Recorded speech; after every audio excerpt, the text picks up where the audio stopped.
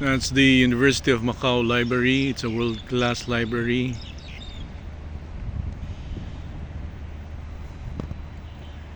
And you have a wide plaza space in front of it.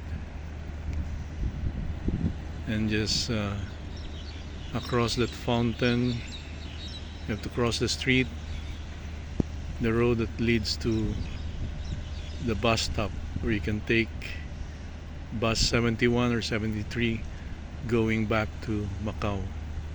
So we're actually in Hengqin Island, just close to the Cotai Strip of Macau. University is 100 hectares. It's been here since 2014. By now I suppose the university would have more than 10,000 students.